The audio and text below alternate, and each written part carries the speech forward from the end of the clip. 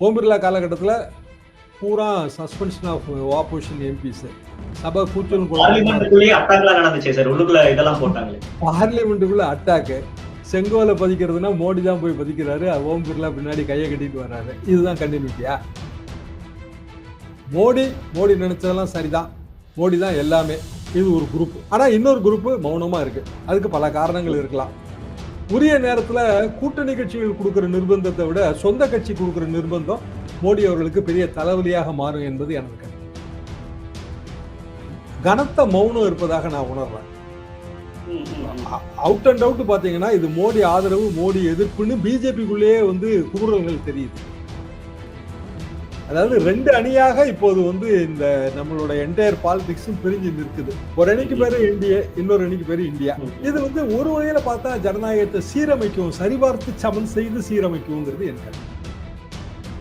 அப்போ புரோட்டம் ஸ்பீக்கர் தேர்தலை நடத்தணும், ஸ்பீக்கர் டெப்டி ஸ்பீக்கர் தேர்தல் நடத்தணும். ஆனா போன முறை அது அதிரடியா டெப்டி ஸ்பீக்கர் தேர்ந்தெடுக்காமலே 5 வருஷம் ஓட்டி இருக்கு. அப்ப இந்த முறையும் அப்படி செய்வார்களோங்கிற ஒரு நியாயமான அச்சம் இருக்கும்போது வாய்ஸ் ஓட்லேயே நிறைவேறிடுச்சு. அதாவது ஏற்போர் ஆம் என்க, எதிர்ப்போர் இல்லை என்க, அந்த பாணியில வாய்ஸ் ஓட்ல நிறைவேறிடுச்சுன்னு கவர்மெண்ட் சொல்லிருச்சுன்னா எதிர்கட்சி கொண்டு வர்ற, எனவே ஓட்டு பதிவு கூட நமக்கு தெரியாம போறதுக்கான ஒரு சின்ன வாய்ப்பு இருப்பதாகத்தான் நான் உணர்றேன். அப்படியுமே 2 சம்பவங்கள் நடந்திருக்கு. மத்திய ஆட்சியில ஆதரவு பெற்ற ஜெகன், மத்திய ஆட்சியில ஆதரவு பெற்ற நாயுடு, இந்த 2 ஈக்குவேஷனும் ஆந்திரால இடிக்கும். அப்போ கிளவரா பிஜேபி எப்படி பிளே பண்ணணும்னா 2 பேர் ஆதரவையும் மாற்றி மாற்றி பிளே பண்ணணும். ஜெகனுக்கு ராஜ்யசபாலையும் அவருக்கு ஸ்ட்ரென்த் இருக்கு. ஸோ ராஜ்யசபால ஜெகன் ஸ்ட்ரென்த் அவங்களுக்கு தேவை. மோடி வர்சஸ் ராகுல்ங்கிற ஈக்குவேஷன் 2024 இருந்த மாதிரி 2029 இருக்காது. ராகுல் வர்சஸ் அதர்ஸ் என்று தான் இருக்கும்.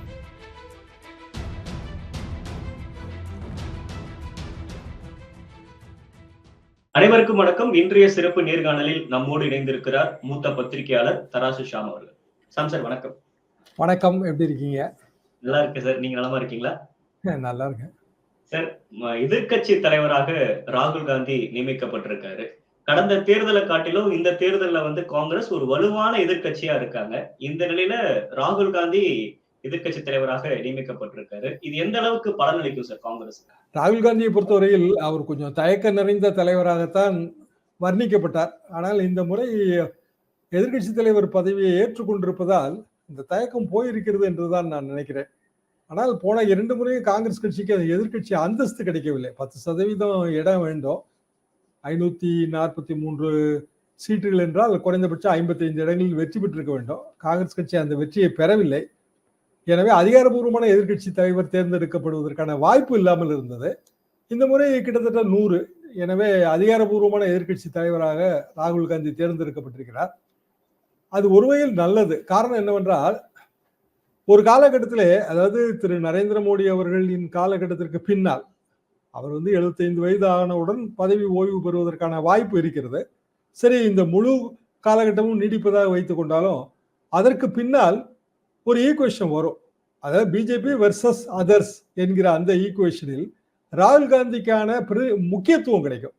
அப்படி என்றால் பாரதிய ஜனதாவில் இருந்து அல்லது வலதுசாரிகளில் இருந்து ஒருவரை பிரதமர் வேட்பாளராக மறைமுகமாக முன்னிறுத்தும் போது, நமது நாட்டில் பிரதமர் வேட்பாளர் கிடையாது, மறைமுகமாக தான் நம்ம முன்னிறுத்த முடியும். அப்படி முன்னிறுத்தும் போது ராகுல் காந்திக்கான அந்த வாய்ப்பு அதிகமாக இருக்கும். அதாவது ராகுல் வெர்சஸ் அதர்ஸ் என்று மாறும்.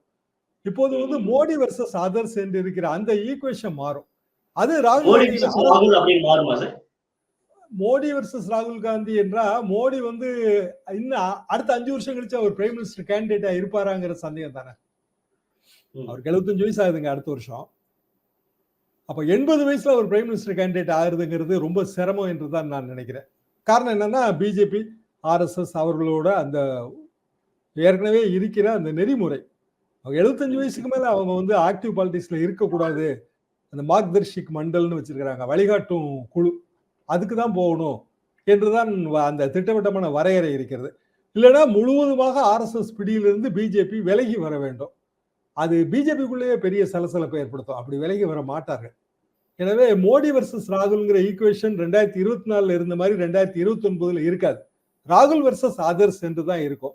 அதற்கு அவர் எதிர்கட்சி தலைவராக திறம்பட பணியாற்ற வேண்டும் அல்லவா? அந்த 5 வருஷ வாய்ப்பு அது பெரிய வாய்ப்பு என்றுதான் நான் நினைக்கிறேன். ஏற்றுக்கொண்ட வகையில் அவருக்கு நமது வாழ்த்துகள். சார், இப்ப எலக்ஷன் முடிஞ்சதுக்கு அப்புறமாவே சசி தரூர் அல்லது மனிஷ் திவாரி மாதிரி தான் எதிர்க்கட்சி தலைவரா காங்கிரஸ்ல நிறுத்த போறாங்க. ராகுல் காந்தி அதற்கு ஆர்வம் காட்டல அப்படின்னு சொல்லப்பட்டுச்சு. ஆனா உங்கள மாதிரியான பத்திரிகையாளர்கள் ராகுல் காந்தி ஃப்ரண்ட்ல நின்னு ஆடணும். நான் அப்பதான் ப்ரூவ் பண்ணணும். மக்கள் அப்பதான் இன்னும் அவரை நம்புவாங்க அப்படின்லாம் நீங்க சொல்லியிருந்தீங்க. இப்ப இந்த ஒரு நகர்வு அப்படின்றது காங்கிரஸ்க்கு வரக்கூடிய தேர்தல்ல பலனளிக்குமா? ஏன்னா நிறைய சட்டமன்ற தேர்தலும் வர இருக்கு. மிகுந்த அளவுக்கு பலன் அளிக்கும். காரணம், ராகுல் காந்தி, பிரியங்கா காந்தி 2 பேரும் இப்போ ஆல் இந்தியா ஸ்டார்ஸ். காங்கிரஸ் கட்சியை பொறுத்த வரைக்கும் அகில இந்திய அறிமுகம் இருக்கு. இப்போ சசி தரூர் இவங்களுக்கெல்லாம் ஒரு இன்டெலெக்சுவல் அறிமுகம் தான் இருக்கு. ஆல் இந்தியா லெவல்ல மக்கள் மத்தியில ஓட்டுகளை கேன்வாஸ் பண்ணக்கூடிய அந்த அளவுக்கான வசீகர தலைவர்கள் அவர்கள் இல்லை, வேற யாரா இருந்தாலும். அப்போ ராகுல் காந்தி ஆப்போசிஷன் லீடரா சர்வ் பண்ணும்போது, இப்போ மகாராஷ்டிரால தேர்தல் வரப்போகுது. மகாராஷ்டிரா, ஹரியானா, ஜார்க்கண்ட் 3 முக்கியமான தேர்தல் தான். அதுக்கு பிறகு காஷ்மீர்ல வரப்போது, டெல்லி. இந்த தேர்தல்களில் அவரால் திறம்பட அந்த ஓட் கேன்வாசிங் பண்ண முடியும். எது எப்படி இருந்தாலுங்க, ஜனநாயகத்துல கடைசியா ஒரு வசீகரமான தலைவருக்கு பின்னாடி தானே ஓட்டு திரளுது. அதாவது ஒரு கிரவுட் புல்லிங் நேச்சர், அவர் சொல்றது சரியா இருக்குங்கிற ஜன நம்பிக்கை, ஒரு குறிப்பிட்ட பிரிவினர் மத்தியில் பெரிய ஆதரவு. இப்போ மோடி அவர்களுக்கு இருக்கிற மாதிரி ராகுல் அவர்களுக்கும் அது உருவாகும். எனவே அந்த எதிர்கட்சி தலைவர் பதவி என்பது அவருக்கு அது முக்கியம். அது 2வது கேபினெட் அந்தஸ்து உள்ள பதவி.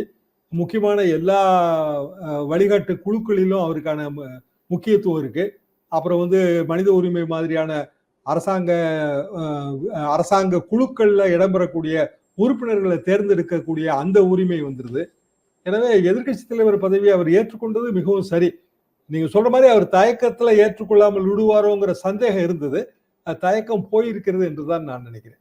இது இந்தியா கூட்டணியில் இருக்கக்கூடிய மற்ற தலைவர்களுக்கு இது ஒரு விதமான ஒரு ஊக்கமா இருக்குமா சார்? இப்ப ராகுல் காந்தியே ஒரு எதிர்கட்சி தலைவரா இருக்கிறாரு அப்படின்றப்ப அவங்களுக்கு ஒரு பூஸ்டா இருக்கும் இல்லையா? எப்போதுமே அந்த கிரவுட் புல்லிங் எபிலிட்டி இருக்கிற தலைவருக்கு பின்னாடி தான் அணி திரளும். அப்போ இந்தியா கூட்டணியில இன்றைக்கு கிரவுட் புல்லிங் அந்த ரேஞ்சில் இருக்கிற தலைவர்கள் ராகுல் காந்தியை தவிர, பிரியங்கா காந்தியை தவிர மற்ற எல்லாருமே ரீஜனல் லீடர்ஸ் தான். அதாவது அவங்களோட மண்டலத்தை தாண்டி அவங்களுக்கு மக்கள் ஆதரவு இல்லை. திமுக இருந்தாலும் சரிதான், இல்லை மம்தா பானர்ஜியா இருந்தாலும் சரிதான், சரத்பவாரா இருந்தாலும் சரி, உத்தவ் தாக்கரேயா இருந்தாலும் சரி, யாராக இருந்தாலும் அவங்களோட கெப்பாசிட்டி என்பது அவங்கவுங்க பகுதி தான். அப்ப கிராஸ் கண்ட்ரி அப்பீல் ஒன்று வேணும். கிராஸ் கண்ட்ரி அப்பீல பெறுவதற்கு ராகுல் காந்தி மேற்கொண்ட பயணங்கள் எல்லாம் நமக்கு தெரிந்த விஷயம்தான். அப்ப ராகுல் காந்திக்கு தான் இன்றைய தேதியில கிராஸ் கண்ட்ரி அப்பீல், நான் முழுவதுமாக இந்தியா முழுவதும் கூட நான் சொல்ல வரல, ஆனால் அந்த ஒரு இணையான தலைவராக வளர்ந்து வருகிறார். அப்ப இன்னொரு 5 வருடம் ஒரு ஆப்போசிஷன் லீடராக இருக்கும்போது அது ஒரு பெரிய வாய்ப்பாக இருக்கும். இன்னும் சொல்லப்போனா ஒரு 100 சீட்டை வச்சுக்கலாம் ஒரு பார்ட்டி ஆட்சியெல்லாம் அமைக்க முடியாது. குறைந்தபட்சம் 180 200 இருந்தா தான் அவங்க ஒரு மேஜர் பார்ட்டியா இருப்பாங்க. அப்ப காங்கிரஸ் கட்சிக்கு இந்த முறை இந்தியா கூட்டணி சார்பாக ஆட்சி அமைக்கக்கூடிய வாய்ப்பு கிடைத்ததா? கிடைக்கல. அவங்கள்ட்ட இருக்கிறது 100 சீட்டு, மற்ற கட்சிகள்கிட்ட நிறைய சீட்டு இருக்கு, எல்லாமே 30 40 இப்படி இருக்கு. அப்ப இதுல இந்தியா கூட்டணி ஆட்சி அமைச்சிருந்தா அந்த கோயிலிஷன் ரொம்ப கஷ்டமான கோயிலிஷனா மாறி இருந்திருக்கும். பிஜேபிக்கு அட்வான்டேஜ் என்னன்னா அவங்கள்ட்ட 240 இருக்கு. 240 தனியாவே சைசபிள் நம்பர். எனவே 293யோட ஆட்சி அமைப்பது என்பது எளிது. அதுலயே அவங்க எவ்வளவு கோயலிஷன் ப்ராப்ளம்ஸ் போக போக வரதான் செய்யும். அப்போ இப்ப உதாரணமா நீங்க சபாநாயகர் தேர்தல் இப்ப நடக்க போகுது. சபாநாயகர் தேர்தலில் சந்திரபாபு நாயுடுக்கு மாநில எதிரி யாரு? ஜெகன். ஜெகன் என்ன பண்றாரு கிளவரா? அவர்கிட்ட இருக்கிறது ரொம்ப சொற்ப எம்பி. ஆனா அந்த சொற்ப எம்பி என்டிஏக்கு ஆதரவுன்னு அறிவிக்கிறாரு. அப்போ நாயுடுக்கு சிக்கல் என்ன வரும் அப்படின்னா, மத்திய ஆட்சியில ஆதரவு பெற்ற ஜெகன், மத்திய ஆட்சியில ஆதரவு பெற்ற நாயுடு, இந்த 2 ஈக்குவேஷனும் ஆந்திரால இடிக்கும். அப்போ கிளவரா பிஜேபி எப்படி பிளே பண்ணணும்னா 2 பேர் ஆதரவையும் மாற்றி மாற்றி பிளே பண்ணும். ஜெகனுக்கு ராஜ்யசபாலையும் அவருக்கு ஸ்ட்ரென்த் இருக்கு. ஸோ ராஜ்யசபால ஜெகன் ஸ்ட்ரென்த் அவங்களுக்கு தேவை. இது நாயுடுக்கு எப்படி பிடிக்கும்? சந்திரபாபு நாயுடுக்கு இது எப்படி பிடிக்கும்? உதாரணமா அதிமுக ஆதரவு பெற்ற மத்திய ஆட்சின்னு வச்சுக்குவோம், அது திமுகவுக்கு எப்படி பிடிக்கும்? எப்படி ஒத்து வரும் அந்த அரசியலுக்கு? எனவே இது என்டிஏக்குள்ளேயே இந்த பிரச்சனை இருக்கத்தான் செய்யும். ஆனா ரொம்ப குறைவா இருக்கும். காரணம், ஒரு கட்சிகிட்ட 240 இருக்கு. இதே நிலைமையில காங்கிரஸ் இருக்கிறதா வச்சு பாருங்க, அதாவது இந்தியா கூட்டணி ஆட்சியில் இருக்கிறதா வச்சு பாருங்க. 100 வச்சுக்கிட்டு இந்த ரீஜனல் பாலிடிக்ஸை எப்படி அவங்க மேனேஜ் பண்ண முடியும்? பயந்து பயந்து ஆட்சி நடத்த வேண்டியதா இருந்திருக்கும். ஆட்சியை நடத்த முடியாது. வெறுமனே ஆட்சி தோற்றம் தான் தர முடியும். காட்சி தான் தர முடியும். Okay, okay. அப்போ சார் எதிர்க்கட்சி தலைவர் பதவி தானே அதுக்கு சரியான ரூட். ஆமா சார். சார் இத்தனை வருடங்கள் இல்லாம இந்த மக்களவை தேர்தல்ல எதிர்க்கட்சிகள் இன்னும் போட்டியிடுறாங்க. சுரேஷ் அவர்கள் முன்னிறுத்தப்படுறாங்க. இப்படி மெஜாரிட்டி பிஜேபி பக்கம் தான் இருக்கு அப்படின்னு தெரிஞ்சதுக்கு அப்புறமும் காங்கிரஸ் வந்து கடைசி நேரத்துல அறிவிக்க வேண்டிய தேவை என்ன சார்? இத்தனை வருடங்களும் இல்லாத வகையில் நம்ம சொல்ல முடியாது. என்ன காரணம்னா 1952ல தேர்தல் நடந்திருக்கு. அதற்கு பிறகு கூட என்னோட புள்ளி விவரங்களின்படி வந்து அது மாலவங்கார் வர்சஸ் சாந்தாராம். மாலவங்கார் வந்து காங்கிரஸ் கேண்டிடேட், ஜவஹர்லால் நேரு பிரதமர் அமைச்சரவை 394 வாக்குகள் பெற்று அவர் வெற்றி பெற்றிருக்கிறாரு. அது பிறகு 1967ல தேர்தல் நடந்திருக்கு. சஞ்சீவ ரெட்டி வர்சஸ் தென்னட்டி விஸ்வநாதன். தென்னட்டி விஸ்வநாதனா வாஜ்பாய் ஆதரவு. அப்போ சஞ்சீவ ரெட்டிக்கு வந்து 278 ஓட்டு கிடைச்சிருக்கு. வாஜ்பாய் ஆதரவு பெற்ற விஸ்வநாதன் அவர்களுக்கு 207 ஓட்டு கிடைச்சிருக்கு. அதுக்கப்புறம் 1976 எமர்ஜென்சிக்கு பிறகு, எமர்ஜென்சி காலகட்டத்தில் இருந்த சபாநாயகர் மத்திய மந்திரி ஆக்கப்பட்டார். எனவே வந்து இன்னொரு புதிய சபாநாயகர் தேர்வு செய்ய வேண்டிய கட்டாயம் வந்து இந்திரா காந்திக்கு ஏற்பட்டது. இந்திரா காந்தியின் வேட்பாளரை எதிர்த்து அப்போ எல்லா எதிர்கட்சி தலைவர்களும் ஜெயிலில் தான் இருந்தாங்க. ஆனால் இந்திரா காந்தி வேட்பாளரை எதிர்த்து ஜனசங்க சார்பாக ஒரு கேண்டிடேட் சொற்ப ஓட்டுகள் தான் வாங்கினாரு. இருந்தாலும் அந்த டோக்கன் ஃபைட் அவங்க கொடுத்தாங்க. இது வந்து மொத்தம் 3 வாக்குப்பதிவு நடந்த 3 உதாரணங்கள் நம்மகிட்ட இருக்கு. 52 ஒன்று, 67 ஒன்று, 1976 ஒன்று. அதுக்கு பிறகு குரல் வாக்கெடுப்புல, அதாவது சபாநாயகர் தேர்வு வாக்குப்பதிவு நடத்தணுங்கிற அவசியம் இல்லை. என்ன காரணம்னா புதிய எம்பிக்கள் வரும்போது அவங்களுக்கு சீட்டு வந்து கொடுத்துருக்க மாட்டாங்க. சீட் அலோகேஷன் கிடையாது. அதனால எலக்ட்ரானிக் ஓட்டிங் மிஷின், அதை இவிஎம் போர்டு அதை டிஸ்பிளே பண்ண முடியாது. அதாவது பக்கத்தில் பட்டன் இருக்கும், அந்த பட்டனை அழுத்த முடியாது. ஏன்னா சீட் நம்பர் அதை கோரிலேட் பண்ண முடியாதுங்கிறதுனால. ஸோ ஆப்போசிஷன் இன்சிஸ்ட் பண்ணா துண்டு சீட்டு கொடுத்து அதில் வந்து குறிக்க சொல்லுவாங்க. அதுக்கு பதிலாக வந்து வாய்ஸ் ஓட்லேயே நிறைவேறிடுச்சு. அதாவது ஏற்போர் ஆம் என்க, எதிர்ப்போர் இல்லை என்க, அந்த பாணியில வாய்ஸ் ஓட்ல நிறைவேறிடுச்சுன்னு கவர்மெண்ட் சொல்லிருச்சுன்னா எதிர்கட்சி கொண்டு வர்ற மாற்று சபாநாயகர், போட்டி சபாநாயகர் தேர்வு அது ரிஜெக்ட் ஆயிடும். அதுக்கான ஒரு வாய்ப்பும் இந்த இதுலயுமே இருக்கு. ஏன்னா கிட்டத்தட்ட ஒரு 300 கிட்ட வரும்னு தான் நான் நினைக்கிறேன். என்டிஏ கூட்டணி வேட்பாளர் ஆதரவா, ஓம் பிர்லாவுக்கு ஆதரவா 300 அல்லது 300க்கு சற்று மேல வரும். 294 தான் அவங்ககிட்ட இருந்தாலும் இப்பவுமே ஜெகன் ஆதரவு வந்துருச்சு. இப்படி 300 கிட்ட கொண்டு வந்துருவாங்க. அப்போ வாய்ஸ் ஓட்டுக்கு விட்டாங்கன்னா 300 வந்து சத்தம் அதிகமாக கேட்கும். எனவே வந்து எதிர்கட்சி வேட்பாளர் அவர் அந்த மனு நிராகரிக்கப்பட்டது என்று புரோட்டம் ஸ்பீக்கர் முடிவு பண்ணா அதை நம்ம ஏற்று ஒன்றும் செய்ய முடியாது. எனவே ஓட்டு பதிவு கூட நமக்கு தெரியாம போறதுக்கான ஒரு சின்ன வாய்ப்பு இருப்பதாகத்தான் நான் உணர்றேன். அப்படியுமே 2 சம்பவங்கள் நடந்திருக்கு. 98ல வந்து சரத்பவார் வந்து சங்மாவை ப்ரொபோஸ் பண்றாரு, வாஜ்பாய் வந்து பாலயோகியை ப்ரொபோஸ் பண்றாரு. ஓட்டிங் நடக்கல. அதுவும் வந்து மைனாரிட்டி கவர்மெண்ட் தான். அந்த இன்ஸ்டன்ஸும் நம்ம பார்க்கலாம். அதாவது 10th லோக்சபா, 12th லோக்சபா ரெண்டுலையுமே வந்து வாய்ஸ் ஓட்டு தான் சபாநாயகர் பதவிக்கு. அப்போ கிட்டத்தட்ட 5 முறை வந்து போட்டி வேட்பாளர்கள் நிறுத்தப்பட்டிருக்காங்க. முதல் முறைன்னு அப்படி நம்ம கணிக்க முடியாது.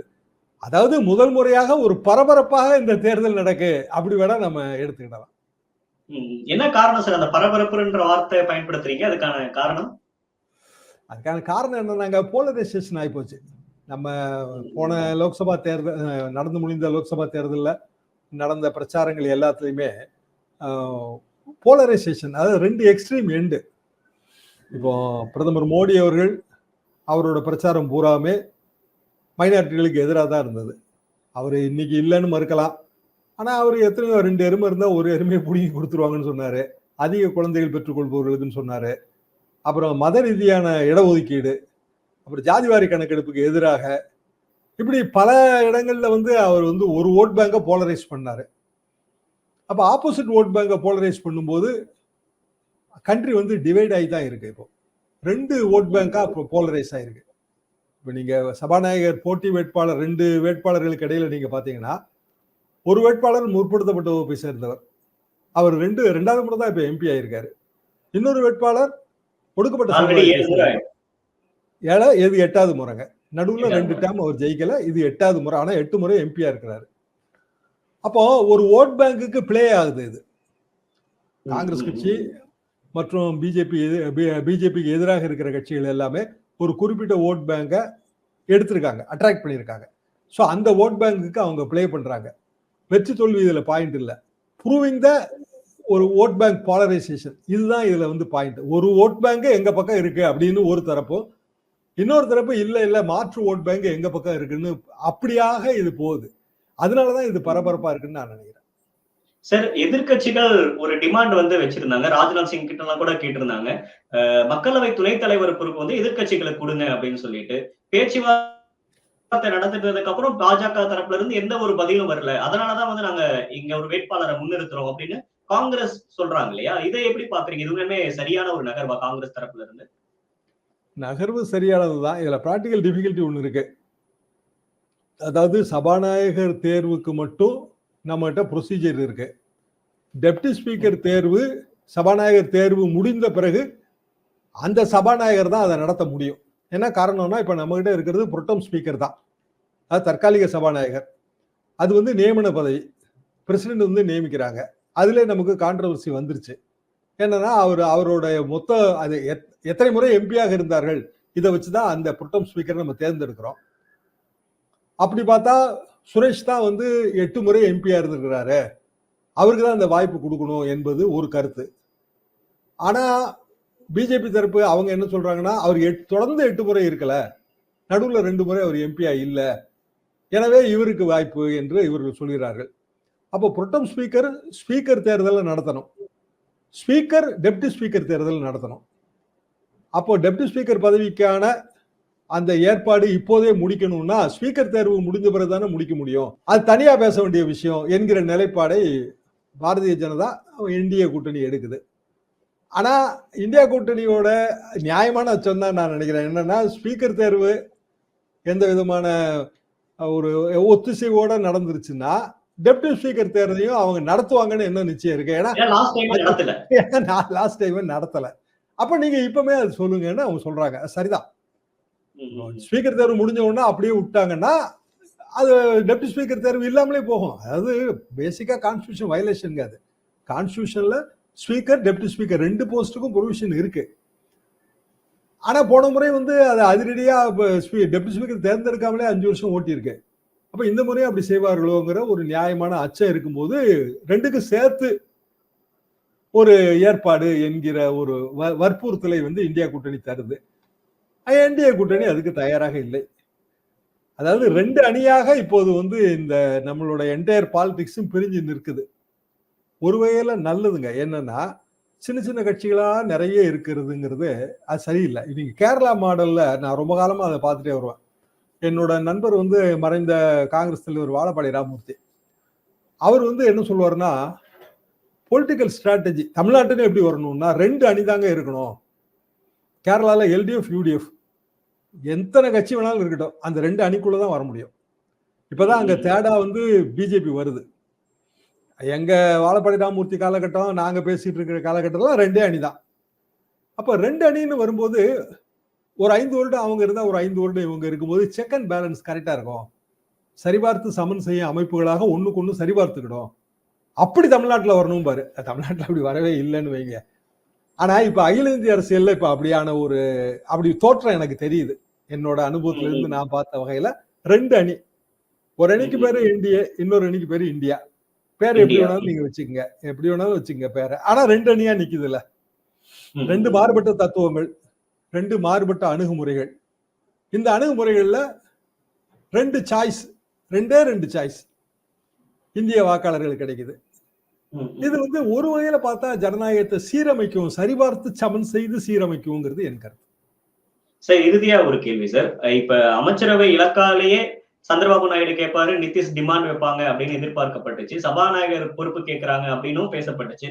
பட் இது எல்லாத்தையுமே பிஜேபி வந்து ரொம்ப சுமூகமா கையாண்டுட்டாங்க அப்படின்னு நம்ம எடுத்துக்கலாமா இந்த 2 தேர்தல் வச்சு பாக்குறப்ப? நாயுடு அவர்களை பொறுத்த வரைக்கும் அவருக்கு 2 ஒரு கம்பல்ஷன் இருக்கு. ஒண்ணு, உள்ளூர் எதிரி ஜெகனை சமாளிக்கணும். இன்னொன்னு, புதிய தலைநகருக்கான பொருளாதாரம். தலைநகர் இல்ல அவர்கிட்ட. அதாவது ஹைதராபாத் 10 வருஷம் இருந்துச்சு 2 மாநிலத்துக்கு சேர்த்து, இன்னைக்கு இல்ல. அமராவதி அவர் கட்டுமானம் தொடங்கினாங்க, அது ஜெகன் வந்து கிடப்புல போட்டாரு. இப்போ புதுசா தான் எல்லாமே செய்யணும். 1,00,000 கோடி ரூபா வேணும்ன்றாரு அவரு மத்திய அரசாங்கத்திட்ட இருந்து. அது எப்படி கிடைக்கும்னு எனக்கு புரியல. அப்படி இருக்கிற சூழ்நிலையில அவரால வந்து அதை இன்சிஸ்ட் பண்ண முடியல. அத பிஜேபி அல்லது என்டிஏ கூட்டணி பயன்படுத்திக்குது.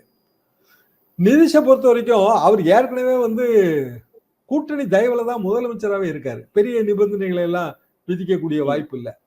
ஆனா பிஜேபிக்குள்ள வந்து ஒரு கனத்த மௌனம் இருப்பதாக நான் உணர்றேன்.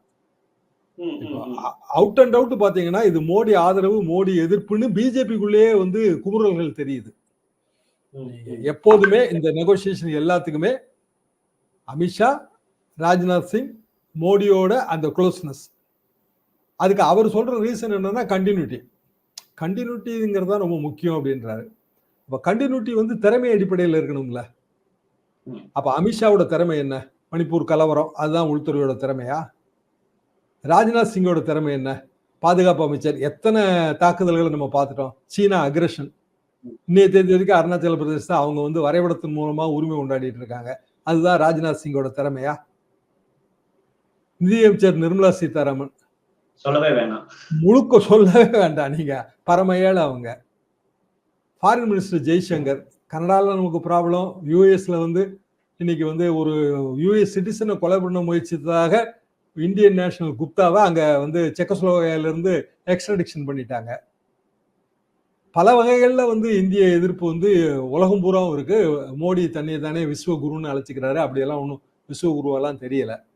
அப்போ தொடர்ந்து வந்து அவங்கவுங்க துறையை தவறாக கையாண்டவர்களுக்கு மீண்டும் மீண்டும் பதவிகள் தரப்படுது.